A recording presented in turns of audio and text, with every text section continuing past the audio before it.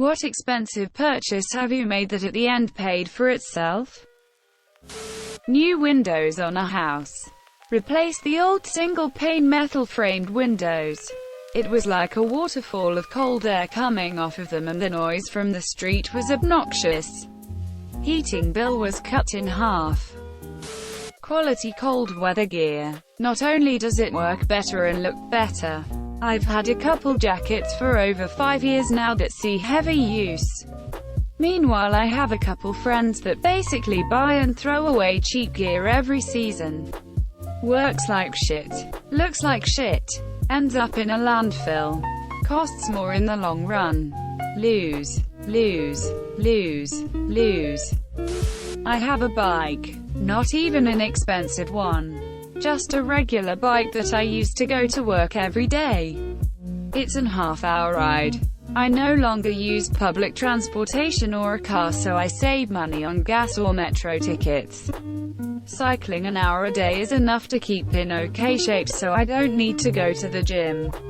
Best money I have ever spent. When my wife and I first started dating, she wanted to learn to cut hair and wanted a pair of scissors that cost $25, which was a lot for us then. She offered that if I bought her the scissors, she'd cut my hair for free as long as we were together. She lied. After 25 years, she declared that she'd repaid me for the scissors and was going to stop cutting my hair. Still not a bad deal. Fucking rechargeable batteries. Xbox players save millions.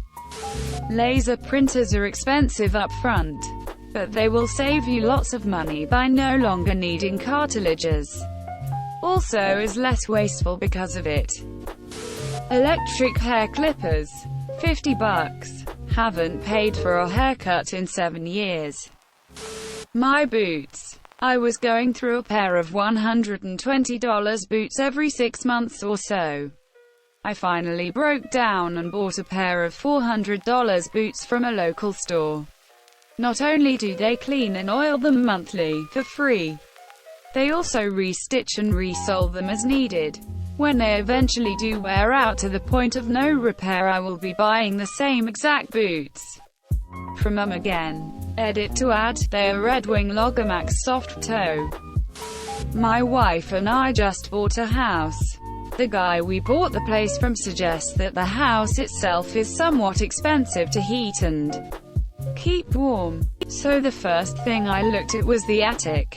And sure enough, there's 7 inches of insulation when there should be like 16. We're going to blast a few inches of insulation in there and probably save enough on oil to pay for it several times over throughout the life of the place. A really good water bottle and to-go mug. Stainless steel and insulated. Not the most expensive purchase, but expensive for cups. It's so worth it. Deleted. High-quality tools. I've been through so many shitty tools. Basically anything you can buy at the local OB. It's all made in China and not worth anything. Older German or British tools are fantastic and will last 100 years with some love. This one sounds extremely frivolous, but just hear me out. For my high school prom, I rented my dress from a popular designer rental company. So that was cheap. But I decided to splurge on a $98 pair of black heels. I worked for my money. Before then, I'd never fathomed spending so much on shoes. But when I saw them, they were the perfect any occasion nice heels. Matched literally anything. Could be dressed all the way up to prom level. But the height was reasonable enough to get away with a more professional look. 2. Let me tell you, when I slipped those bad boys on, my life was forever changed, and I learned an important lesson that has saved me hundreds, possibly thousands of dollars over the years since. Expensive heels are expensive because they are comfortable. I repeat, expensive heels are comfortable to wear. I danced all the way through prom in those 4.5 beauties, and they remain in my closet. Still regularly used at age 26, slightly smiling face. Bought a really expensive pair of shoes with my first salary, almost 1/4 of my salary then. They were super comfortable and really sturdy. Didn't have to buy another pair for years. I still have them somewhere almost as good as new. Got tired of wearing them and bought a new pair. Noise-blocking headphones have saved me money and lawyers from all the co-workers I would have killed. When I moved back to my hometown over a year ago, I bought a 27-feet sailboat to live on because rent here is outrageous. Boat cost $4.500 to buy, and moorage at a decent marina is about $170 per month. Rent for a studio apartment or one bridge here is $900 to $1,300. Every month I save between $600 and $1,100. So the boat paid for itself in 4 to 9 months. So years ago when I started a warehouse job, I dropped about $170 on a pair of decent Red Wing boots.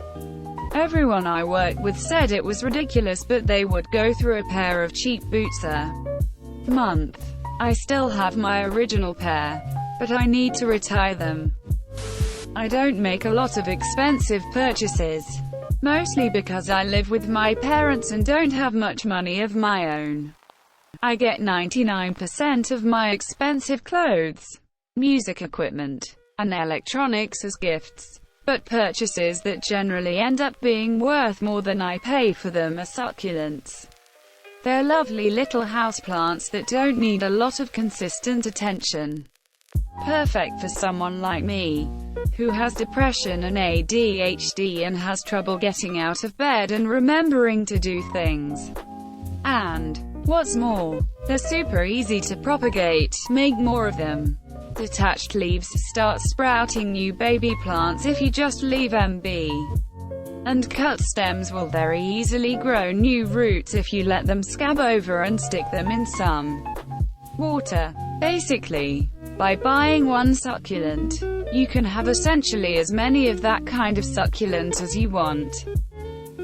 Years ago my wife and I had a Starbucks Verismo espresso machine. Each pod cost $1, and we'd each use 2 every day. That's $4 per day. So we were spending upwards of $28 per week just on coffee. Still cheaper than Starbucks, but we grew tired of the pod trash and having to find the coffee pods we liked. So, we decided to purchase a Barradeen Micro 1 coffee machine. It grinds and pressure brews coffee and espresso. We were able to reduce our costs from $4 per day to less than 20 cents per day. Assuming $5 per pound coffee bought in bulk, the machine was $800. But it paid for itself in less than 8 months. That was 4 years ago this month.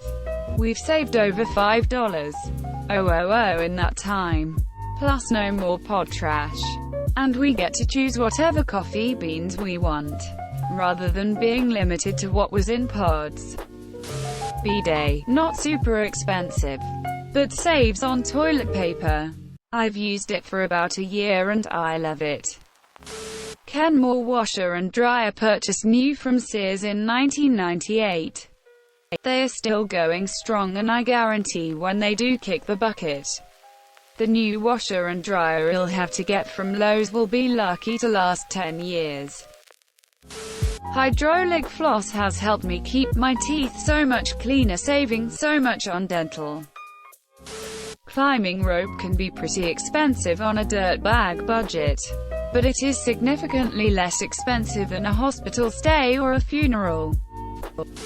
High-quality kettle. Technically, I didn't spend a lot of money on it, but my grandma did and I got it when she passed away. By the look of the handles it's probably 20 to 30 years old. But the actual kettle is still in better condition than a kettle I purchased 5 years ago. Plan B. I bought a 500.00 bicycle to use as my main transportation. 500 doesn't sound like a lot, but when you're only making $8 an hour, it took some time to save up for it. With public transportation being $2.50 a ride, the bike paid for itself in about 3 months. I used that bike for about 3 years. I still have it, but I moved, so I can't use it for the same purposes. I wish I could say heartworm prevention on Chewy. It's like $30 for a pack of 6 or something like that. It turns out to $5 a month. Now my dog is on his last heartworm shot. After buying into a wellness plan, his shots are still $250. This one is his third in a month. Buy heartworm prevention for your dogs. People, it's so much cheaper than these shots. An expensive bicycle. My old one was a $600 cruiser commuter, which isn't cheap, but the roads and type of cycling I do here were a nightmare on the components. Every 3 to 4 months I had to bring it into the shop to have something replaced or fixed. Broken spoke, wheels trued, tires replaced. And the big scam at my local bike shop is, your chain is stretched, so you need a new chain and cassette. Scam they used to pull one over on naive folks to up their sales. I can do all the work myself, but it's a value of my time thing. Annoying. Plus I'd lose use of my primary transport for a week while the work was being done. In the 5 years I had it, the only things I hadn't replaced were the headset, front wheel, and cranks. I'd been through 2 sets of pedals, 2 bottom brackets, full set of brake and shift cables, 7 to 9 cassettes and chains, rear derailleur and drop down, 3 V-brakes, about a dozen brake pads, 2 shifters, 2 rear wheels, 2 to 3 sets of tires, countless tubes, and a fucking partridge in a pear tree. I'd spent more keeping the stupid thing running than I'd pay for it. So I bit the bullet and bought a $2,000 touring bike. And it's worlds of difference. After 2 years of 48 weeks a year use, I was replacing a tube. The only thing besides a cable I've had to replace. And decided to true the wheels. They were maybe 2 millimeters out of true. It's insane how well built and bomb-proof this bike is. And stable. Under load, this baby purrs. So, never again. I'll buy a good bike out of the gate. And save on maintenance any day of the week. My pellet stove. It used to cost $300 a month to heat my 900 square feet house to 70 degrees. With the pellet stove it's max $4 a day and my house is 80 degrees. $5,000 spent on a nice stove paid for itself in a couple years. And it's been running for 15 years now. You made till the end. You're a ducking beast, I'll cut you a deal. Smash like and subscribe now. It's free and that's a great price.